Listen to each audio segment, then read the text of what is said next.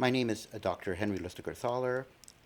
Today we are having an interview with Mrs. Lea Chopp, and this is an interview that is a co-partnership interview between the United States Holocaust Memorial Museum in Washington and the Amud Eish Memorial Museum in Borough Park.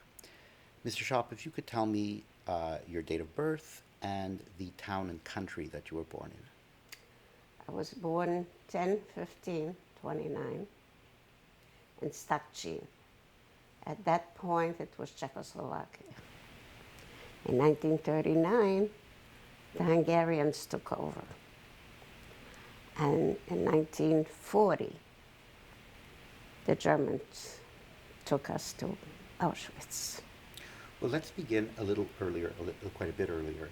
And if you could just tell me some of your earliest memories in your town, and particularly tell me about your mother and father, your grandparents. Who were they? My parents, they had a big department store in Stachy, one of the biggest business. They were selling everything. Stachy was a small town, but they had from soup to nuts everything in the business. And I was an only child.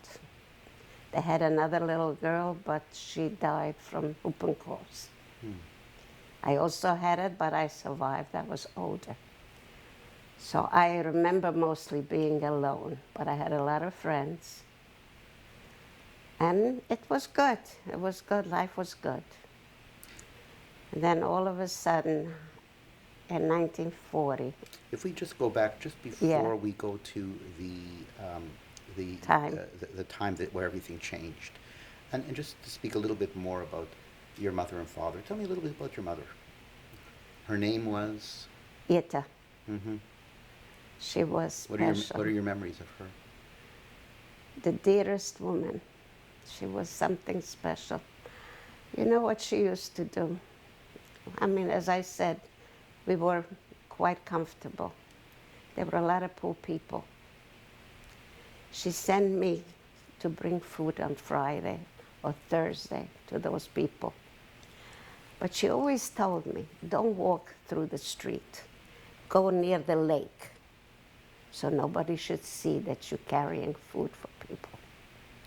So one week I walked near the lake, and 1 week I walked by the fields.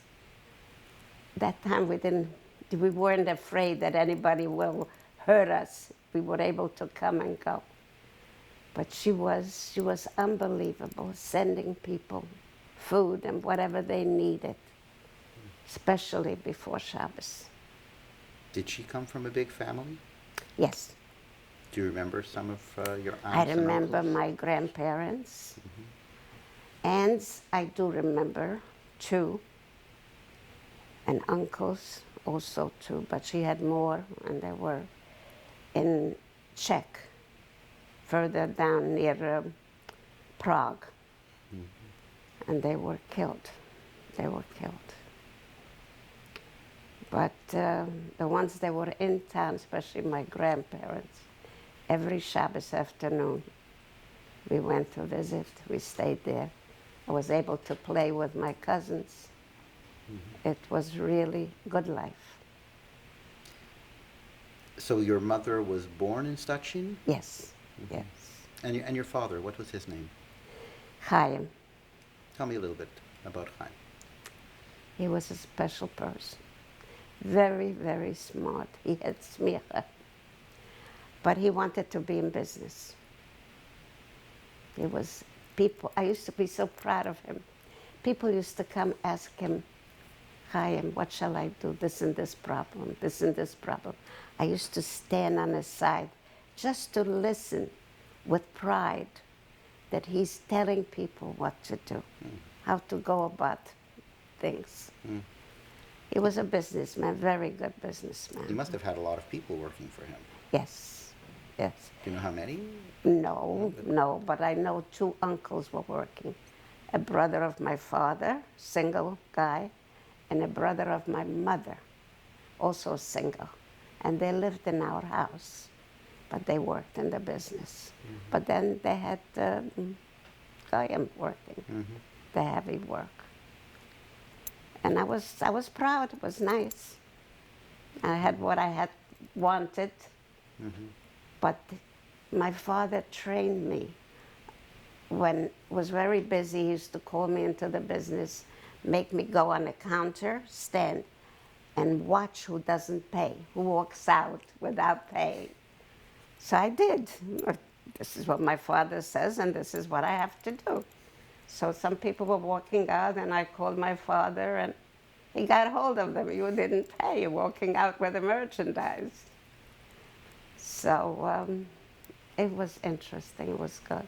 But on the other hand, our town was small. We only had one car in the whole town. Horses and carriages and things like that. So the guy who had a car, it was a novelty. He was very sweet, and he used to come take me for a ride, and I loved it. So he used to tell me, next time you come, bring me chocolate from the store. And I did. I didn't even ask my parents. I just took the chocolate and brought it to him in order he should take me for a ride. But it was nice. It was nice. It was a good life.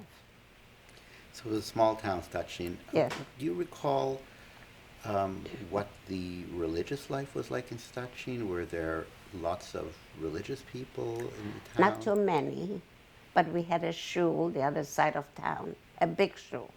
We had a shaychet. I used to go there with the maid to shecht, you know, chickens and geese and things like that. But we had a little shul in our house. People couldn't walk so far, so they davened by us. But on Yom Tov, Rosh Hashanah, Yom Kippur, we all went to the big shul. Yeah. So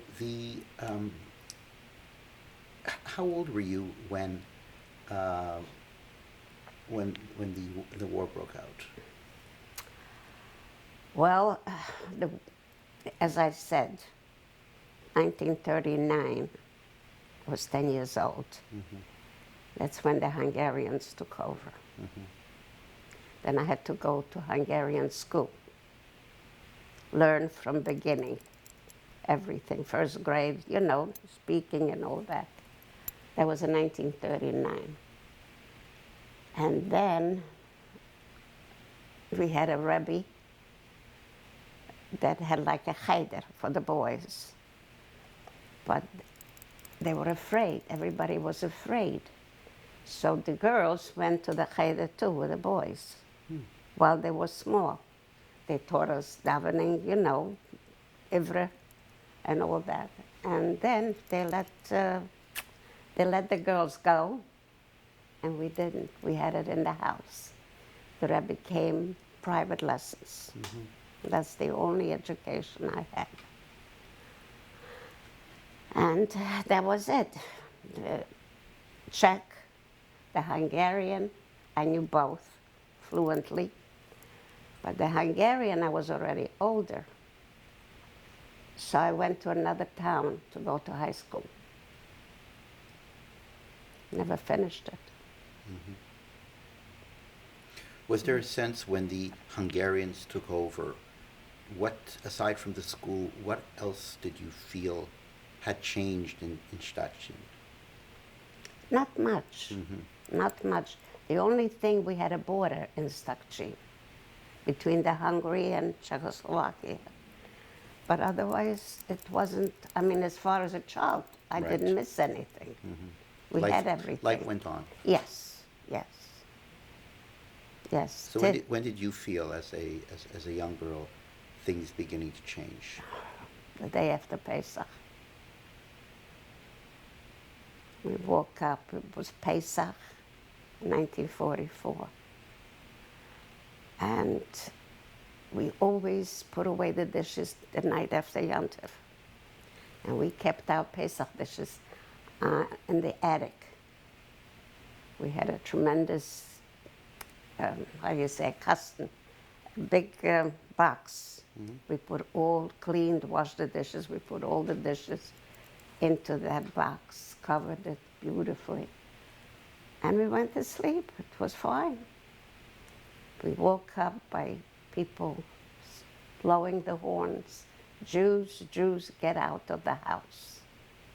Take whatever you could, what's important.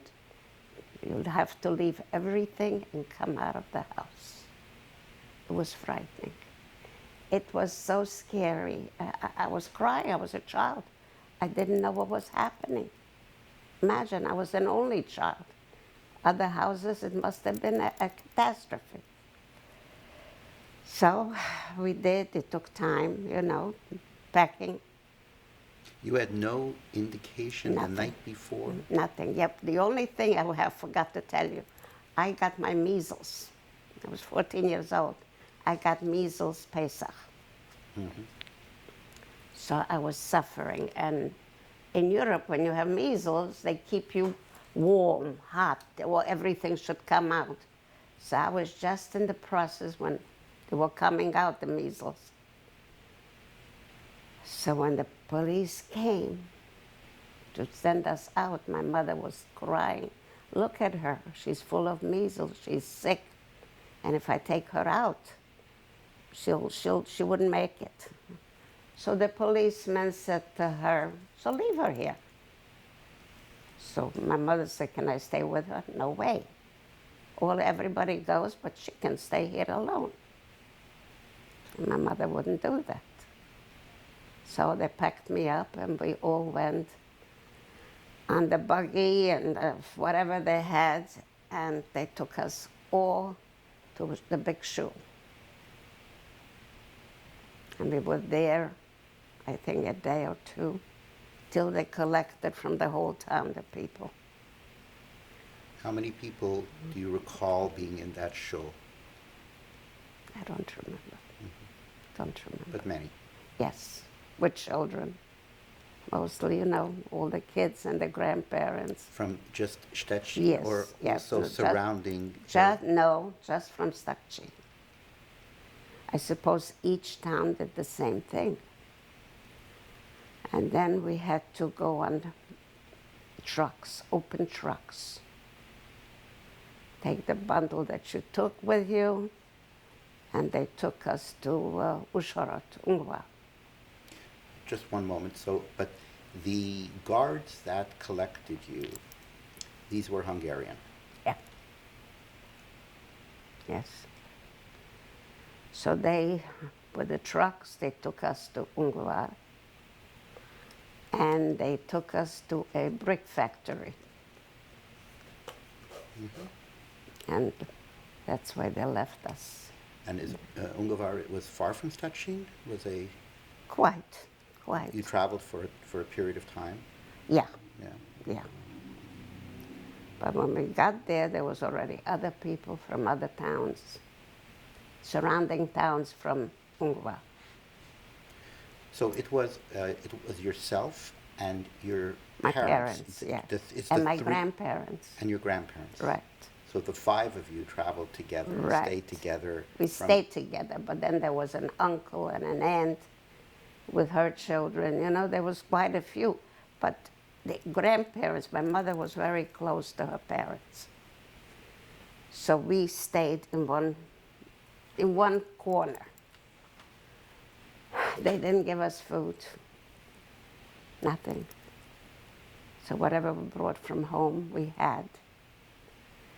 And then my father, should rest in peace, he was a businessman. So he went around, money he had. So he tried to buy whatever he could from people. And then he came to a few days later, he came to my mother and he said to her, I got to know somebody. He can get us out of here for money. So my mother said, I'll never forget that. My mother says, my parents too? My father says, no, just the three of us. My mother said, no way. No way will I leave my parents. So we stayed. We stayed. Did your father say how he was able to arrange that with No. with whom? No, it was something he had. I was a done. kid. Yeah. But this is what I heard. He was talking to her. I can get us out of here. Because money didn't matter. So we all stayed. 6 weeks we were there. 6 weeks in Ungvar, Yes, yes. in this brick factory. And right. My mother, she was special. I can't explain it to you. We were their shvuas. So she took some bricks, put them one on top of the other, and she got a pot. She was cooking on the bricks. Just we should have something cooked for Yontif. I still remember what she made. Potato knedler with cheese. Would you believe it? It was mamish unbelievable what she did. Anyway, the day after, they took us to Auschwitz, right? The day after Schweiz. Took 3 days to go to Auschwitz. And the wagonen, you shouldn't know from it. It was impossible. Babies crying. There was no bathroom. The smell was unbelievable. It was, I can't explain it. It was a nightmare, plain nightmare. Screaming and crying and complaining and hungry, no food, nothing. Water? No, just what we took along, but that's all, nothing else, nothing. There was, in those wagonen, they have nothing, no seats, no nothing. If it was room, we were able to sit down. If not, you had to stand. Because we were like herring put together. And we got there, and then they opened the wagonen, and they were screaming. The Germans were screaming, "Araus, araus," from the wagons. So the men were able to jump down. They're very high. And then they helped us, especially the children, they helped. And they right away said, you must make a line for women and children and a line for the men. They were separated. And we were walking, and while we were walking, we saw to the right, there were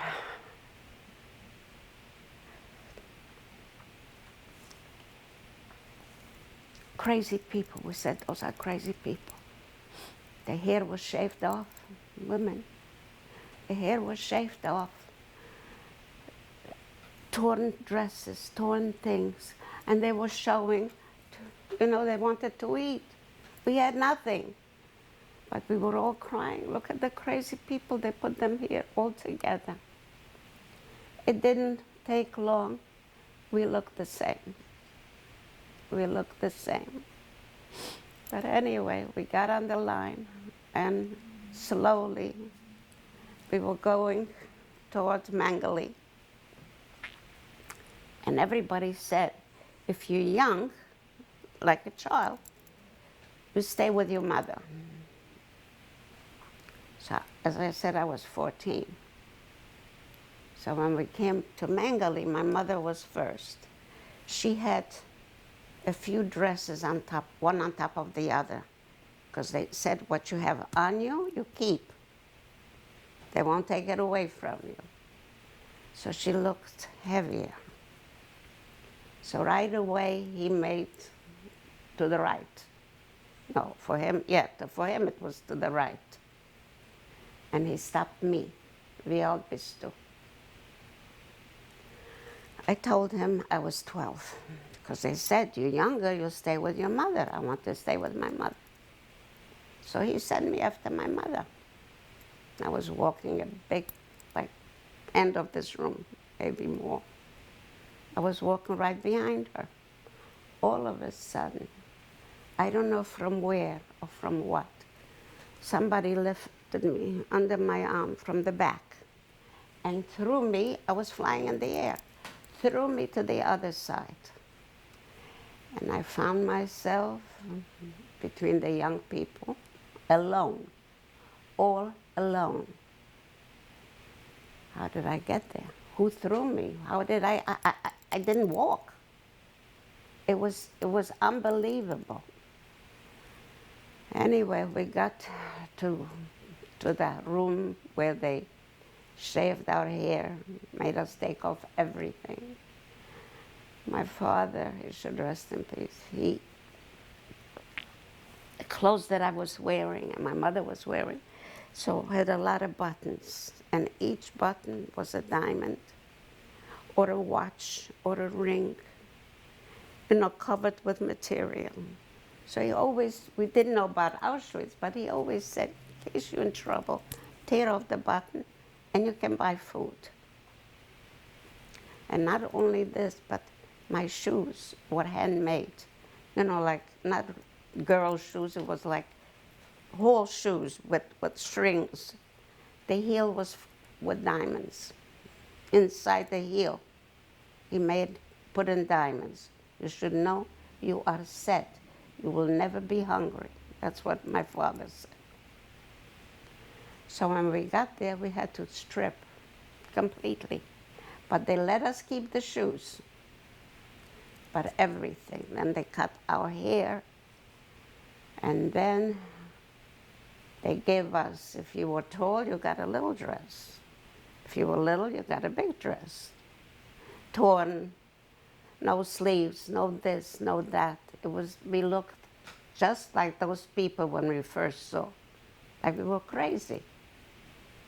We didn't look normal. And that's how life started there. The upheld. We had to stay for hours outside, rain or shine, snow or anything else, till they figure out what to do with us.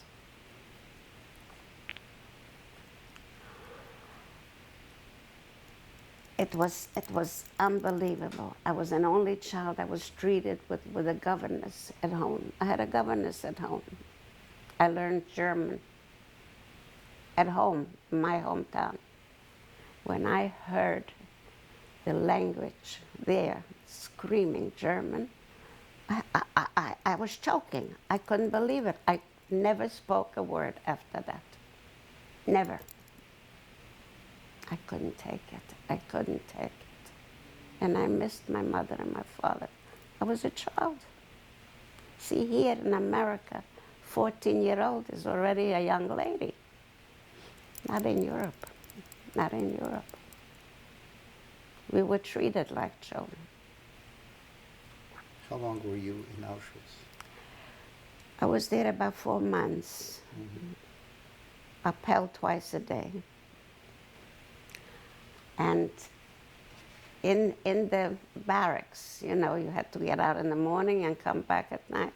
In the barracks, each time you passed the door, you got a Zetz, with a stick. I don't even want to tell you who, but all right. And that's the only thing they were telling us. You complaining? While you were eating at home chicken and flomen. You know what flomen is? Plums. Plums.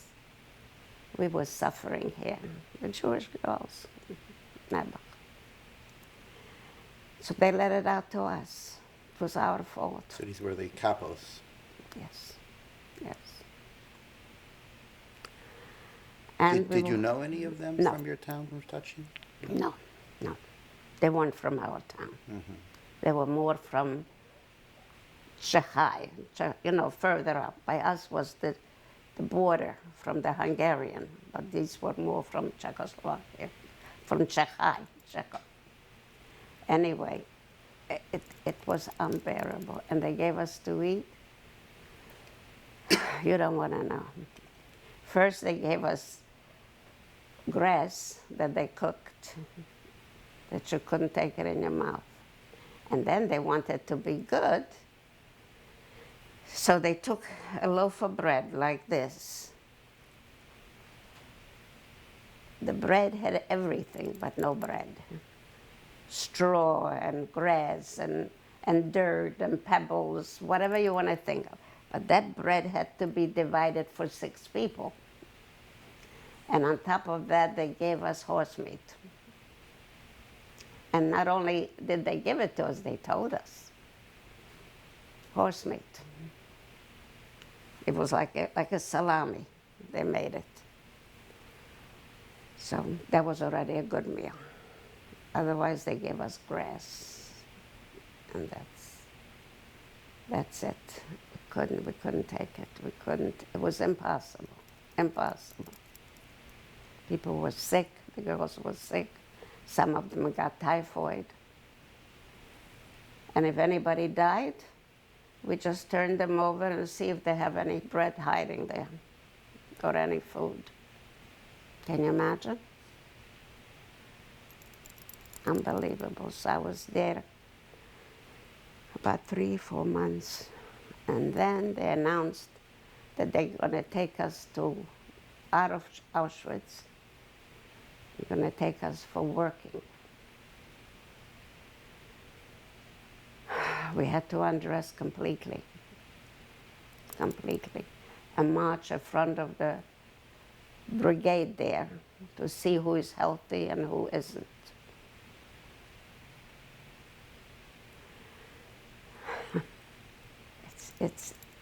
It's like a nightmare,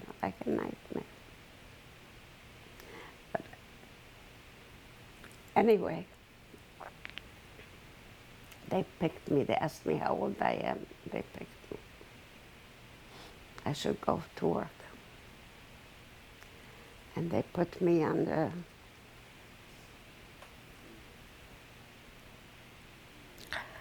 before we went out of Auschwitz, we went to a lager. And they put us into a room, and the gas things were on, and we saw the oven right there. So we were saying goodbye to each other. We knew this is it. And as we said goodbye, a young lady walked in. She was a Jewish girl. And she came towards us. We were sitting like preachers, you call it, steps up. Bleachers. Yeah. So she came over and she said, does anybody have family in Michalovce? Have you heard of Michalovce? No. Michalovitz. So this one said this one and that one. And I said, I remembered we had cousins there. I said, yeah, we had cousins. Who? So I said, Mittelmans. When I said the name Mittelman, she opened a pair of eyes like she was going to swallow me. I got scared. So did you say Mittelman? I says, yes. And who are you? So I told her my name. And she again looked at me and she says to me, Lea, don't you recognize me? And when she said that, she had like a mouth on her side. It was like curling up. So I couldn't believe it. I says, Lea, her name was Lea too. We were named after the same person. And I just asked her one question, where's my mother?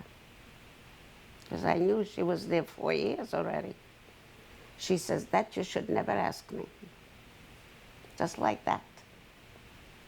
I says, are they going to kill us now? Should I say goodbye to you? She says, no. You're lucky. Lucky. I said, lucky with what? And she says, they're taking you out of Auschwitz.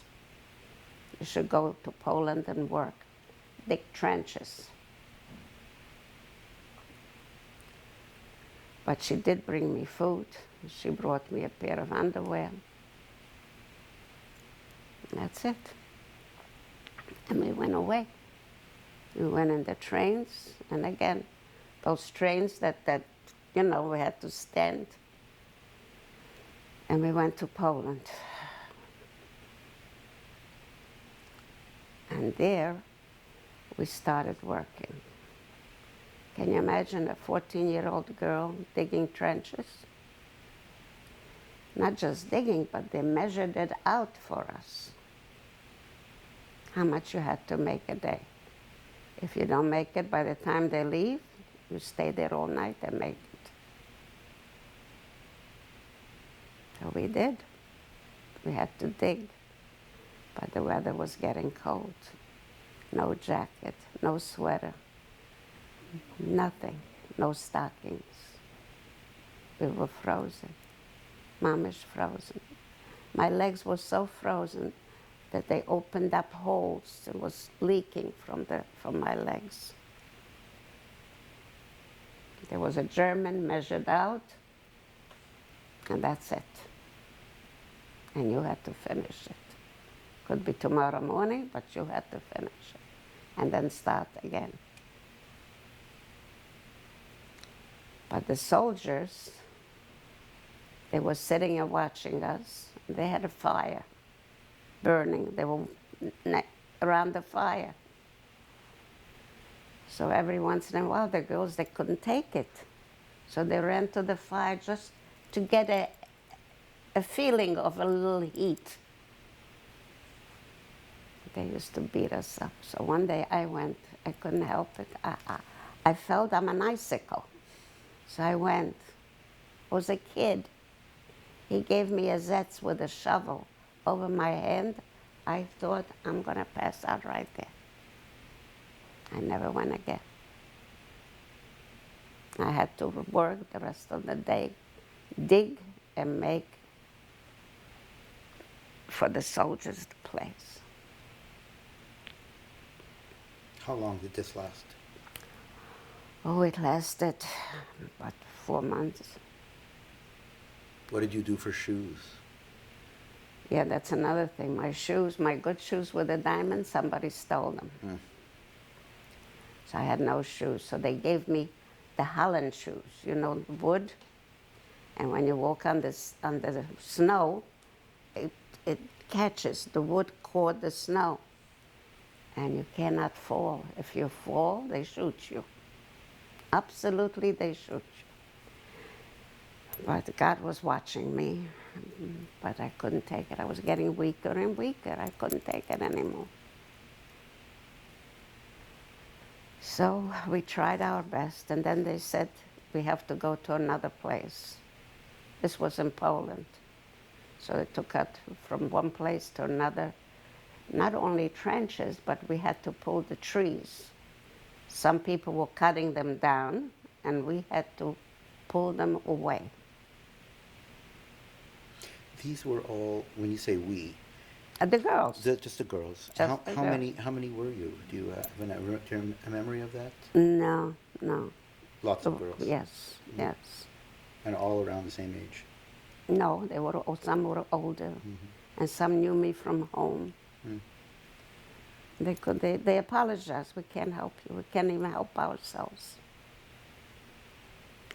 But it was impossible to come. I couldn't. So one day I told my friends that, I says, that's it. I don't care. I can't do it. And I stopped. They're gonna kill you. Well, I'm getting killed anyway, one way or another. I was hungry. I needed food. I needed nutrition. And I was frozen. That I couldn't take it anymore. I said, after work, I'm going to the Oberscharführer, and I'll tell him I can't do it. The only thing I was afraid they're going to send me back to Auschwitz. And the girls kept on, Lea, don't go. Give yourself another chance. Wait. And Tucker, it was coming to an end. We didn't know. So they were trying to run with us further where the Americans aren't. They were afraid for the Americans. But meantime, the Russians came after us. So they were afraid of the Russians. And that's how it was, went day after day. And we tried. And that appel, no matter where we were, twice a day we had to stand appel and wait they should count us. If somebody made a mistake, we all got it. we all got it. So, that's it. So you were working, and the Russians were advancing, Yes. and you were liberated by the Russians. Where were you liberated? Poland. Mm-hmm. But they were worse than the Germans. Speak to me about that. They were breaking down the windows. We were free already from the Germans. Yet the Germans, when they were running, so if anybody fell, they shot right away. You couldn't even pick yourself up. It was in the snow that we were going. It was, how do you call, glitching. It was Slippery. slippery. If you fell down, forget it. They shot you on the place. But the Russians, they were after girls. It was terrible, terrible. So we couldn't stay any place. We were 4 girls together. So we tried to go on the train, not regular train, only the wagon. So when the train went, we, caught in the back like some boys do. Mm-hmm. And that's how we were traveling towards home. We were the first girls to come home. In Humana, I don't know if you know Humana, Czechoslovakia. They thought there were no girls left. And we came, we were a novelty then. And these were all girls that you had known before? No. No. No. They became friends there. Mm-hmm. Yeah. But it's the story, but how I felt, what I went through, even afterwards, the nightmares. Till today, I still sleep with the light on. I cannot sleep in the dark. I have to see how to sleep. Because I used to get terrible nightmares, terrible. If we could just return for a moment, Mrs. Chopp, Yes. so you came back to Stachy. No, I came to Humana first. To Human first. Yeah. And how long were you there? And then as we're moving... Quite a few days. They gave us food, nourishment. So but you must have been in need of a hospital. Yeah, but there was no place to go. Uh-huh. Especially my legs were frozen, my hands. It was terrible, terrible. So we just did the best we could, as long as we had food and some warm clothes. And the people that gave you this in Humana. who were they? From the town, Jews. Jews. Yeah, sure. That had hidden? Yes. How did they survive? Hidden. They were hidden. Yes. Yes. Right away they asked me, who are you? Where do you live? Who are your parents? You know? It's remarkable. It's remarkable. Let me tell you, there was one man, he asked me my name. So then he looks at me, he says, do you know that you have an uncle in America? Just like that. I says, yeah, I heard my parents talk about it. So he says, do you have his address? I says, no, I don't know.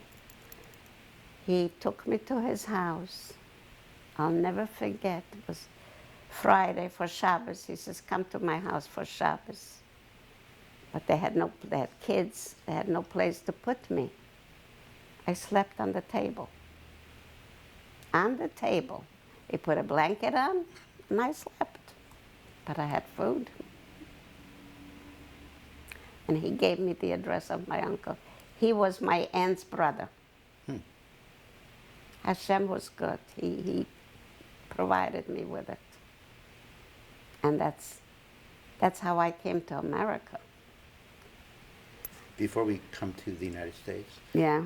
So you were in homes for you were saying for a few weeks. Where, in my home? Yeah. Yeah. Yeah, first in Humana for quite a while. Yeah, before.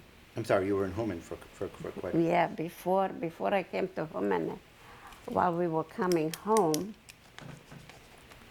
we got sick. 3 out of the 4 girls got sick, and I was one of them. We were in Poland. I forgot the town.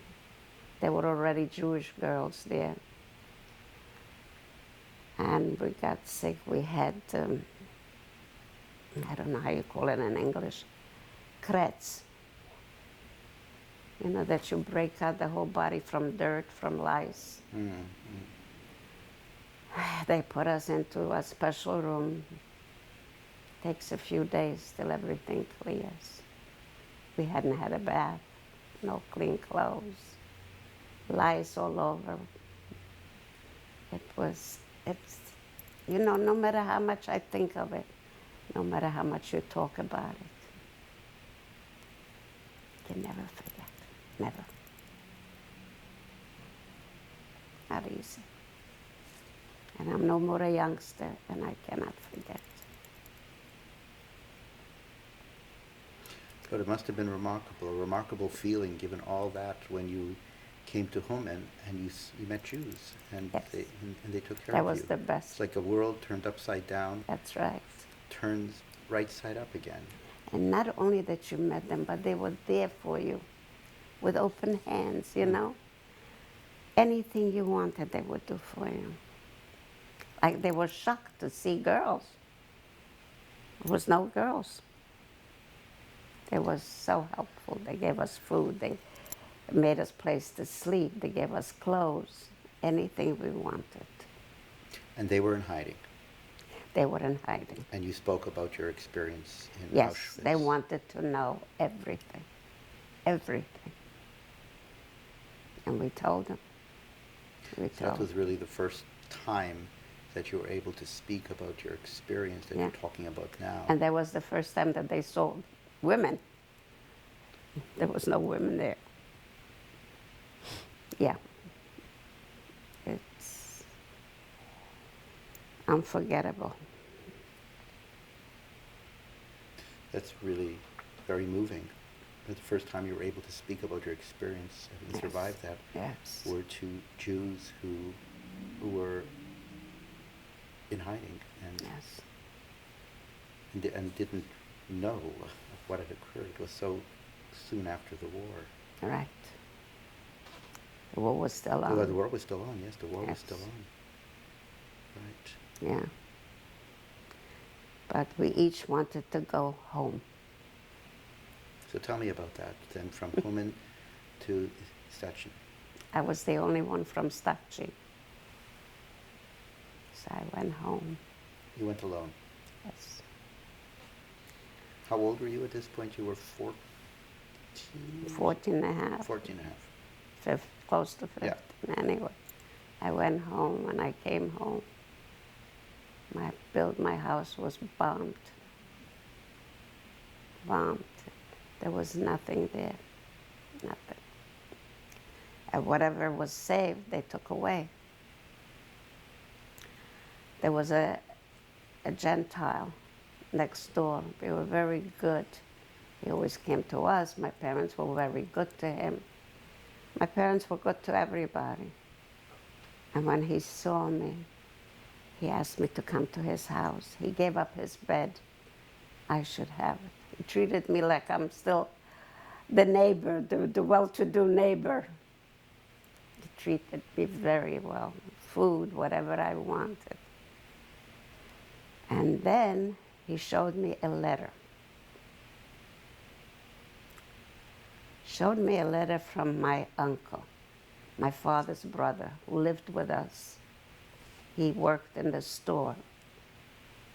He was a single man.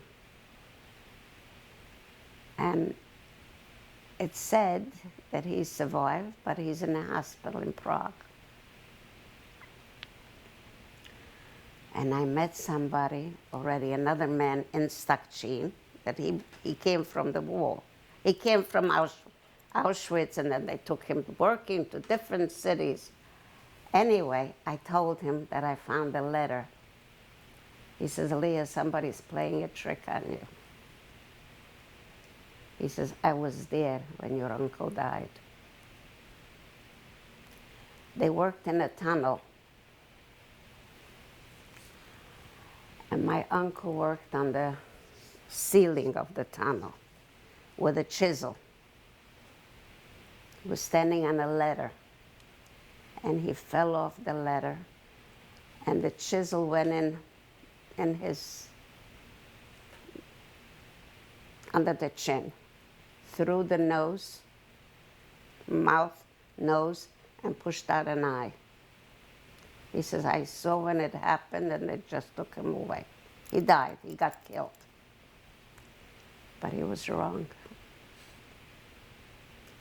The Germans didn't help him. They just took him, and they wanted to know how he's going to turn out. They didn't do nothing for him. Would you believe that? Nothing. They didn't help him, and they didn't kill him. They just wanted to see their own way. But here I see a letter from my uncle, which I recognized his handwriting. He was like a brother to me. He lived with us. And I showed it to that guy who told me that he was killed. He says, Lea, somebody's playing a trick. But me, I don't give up so easily. I took the letter and I traveled myself. It's not like here in America. You don't have connections like here. I took the train, I took a bus, and again a train, till I got to Prague. For a 14-and-a-half-year-old girl, that's a big step. I come to Prague. Have you ever been in Prague? Yes. It's a tremendous city. You don't know where to turn, and I come from a small town. So I asked, and I had money, and I took a car, and I went to the hospital where he wrote from. Where did you get the money from? I got it from the guy. The next From door the neighbor. guy, yes. He was wonderful. Mm. Anyway, I get to the hospital, and I went to the desk, and I asked them if they have this and this man. She says to me, yes. I said, really? She says, yes. She says, but he went out for treatment. They took him out for treatment in another place. He says, sit here, she says to me. When he comes, I will call you. I was so scared. I was so scared. Anyway, he came. I was sitting quite a while, and the one behind the desk says to me, that's him. So I go behind him. I didn't know what to do. So I figured, let me call him by his name, back of him, by the Jewish name that we called him at home. And he turned around. I would have never recognized him, never. And he looks at me with one eye, and I told him who I am. We both cried. What can I tell you? We both cried.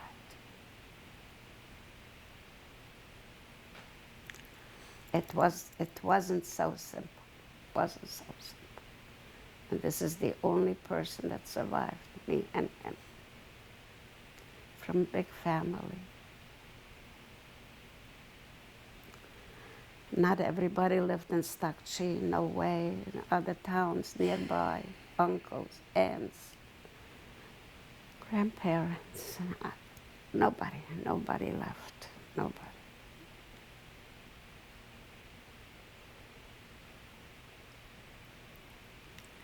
Yeah. Then I ended up in the hospital. My frozen legs, they didn't stop leaking. So I ended up in the Red Cross hospital. I had a lot of sardine oil. That's what they give in Europe.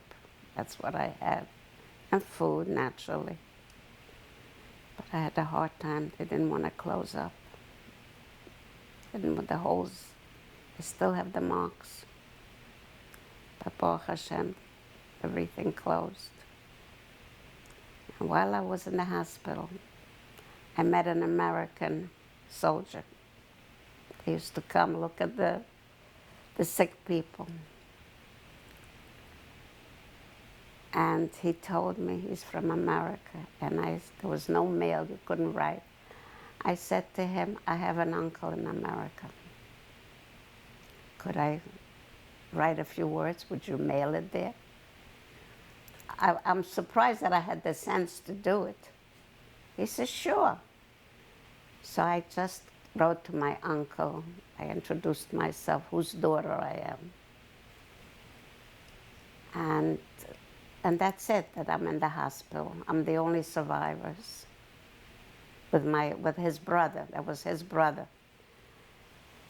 So, and I gave it to him, and everybody was laughing at me. You are silly. You're still a child. You think he's going to bother mailing it? He'll throw it away the first garbage he'll see. I said, all right, at least I tried. Took quite a long time till I got a telegram from my uncle here from America that he's trying to send me papers and all that. Yeah. How was your uncle with his injury? He was fine. I mean, fine. He had the face distorted, but he got married here. So he came over with you? Yes, we came on the boat. 14 days. Before we come to the coming to America. Yeah. So you received the telegram from your uncle in America, and what was your health condition at that time? I was in the hospital a long time. A long time. Me and my uncle, it was unbelievable. And then I felt better, so they told me to go out. And I met an aunt through marriage. She was married to another of my uncle. He was killed, and she survived. They had no children. And I met her, and she said to me, come stay with me.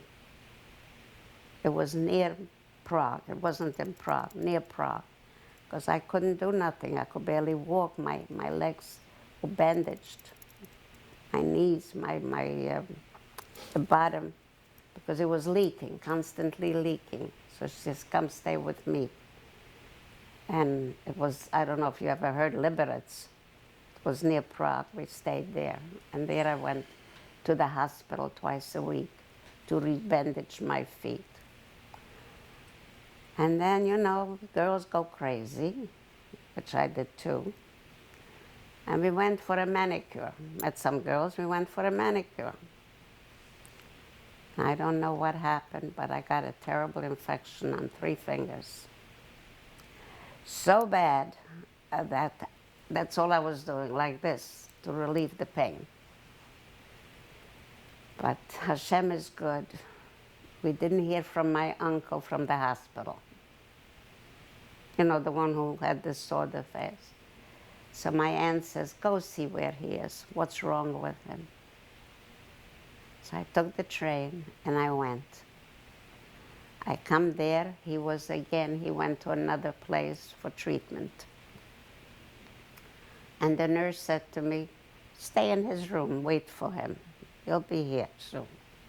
So I did, but in the meantime, I was in agony. So as I was sitting there, I kept on going like this. So the nurse goes to me, what's wrong with your hands? I said, I don't know, looks like an infection and I'm in terrible pain. I was sitting next to a little table and she says to me, put your hands on the table. She opened all the bandages and she looks at it. She says, stay where you are, I'll be right back. I thought she went for medicine to put it on. She comes back, she says, I got in touch with the surgeon. He's coming to operate. I says, operate? What are you talking about? She says, there was a line from here till the wrist, a red line coming. She says, you see that red line? That's poison. If you wait till the morning, you'll lose your hand. Surgeon came. They took me upstairs for the operation. By the time my uncle came back from his treatment, he came to visit me. I was the patient already. I had to stay 10 days in the hospital. But I just want to show you how God made me go to see my uncle. Otherwise, I would have never gone to a doctor.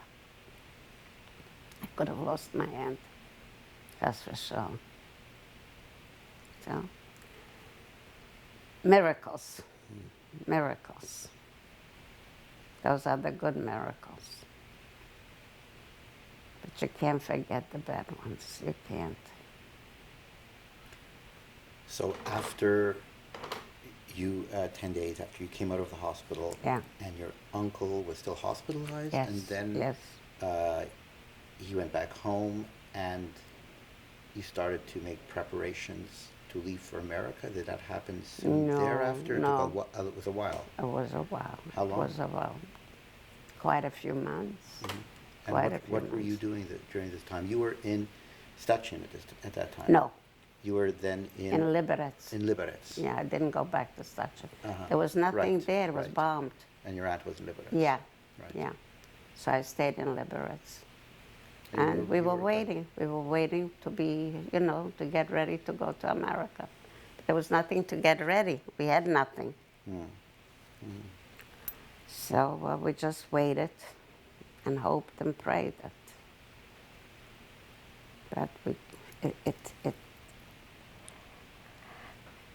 you can express the waiting, the torture. That's all you were thinking about, what happened. And you were afraid of your own shadow.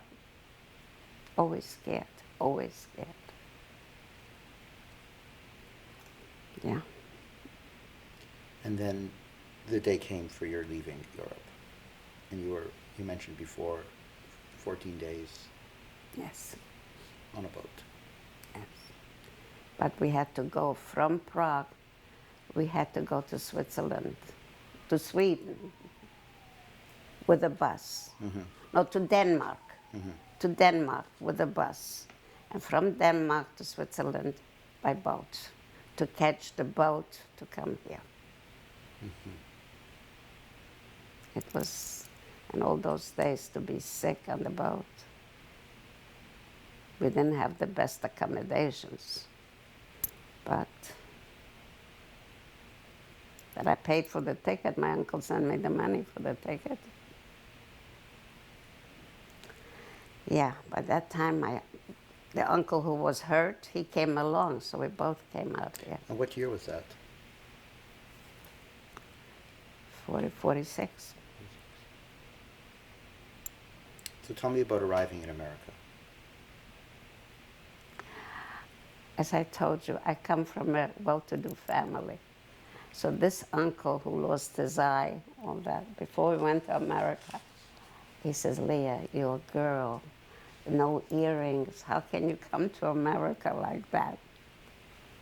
So we went, he bought me a pair of earrings. And I come to America, it wasn't so pleasant. I was hungry. They had no food. What did they give us? Cornflakes. We never ate, that was like straw. In Europe, you don't eat cornflakes. So they gave us cornflakes with milk and grapefruit. I said, sour oranges. We never had grapefruit in Europe. And we never had cornflakes. So sour oranges and straw with milk. I was starving. I needed the food the worst way. My uncle says, no, now you're free, you cannot eat non-kosher. So I didn't. But thank God I survived that too. And when I came here, and my uncle in America with my aunt met me.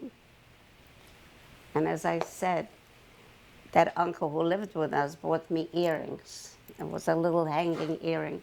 My aunt took one look at me and she says to me, you look like a gypsy. Take that out of your ears. So that was the how do you do I got. But you take everything. You take everything what's dealt out to you. As a matter of fact, I gave my earrings to my granddaughter. She loves them. So that's it. So I stayed by my uncle for a while.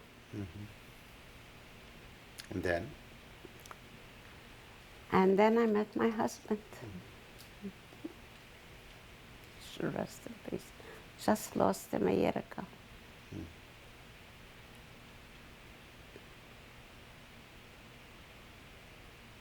We were married 67 years. Yeah, It's wonderful. not wonderful. It's not a good feeling. He was not only my husband, he was my father, he was my everything. Because I had nobody. Nobody.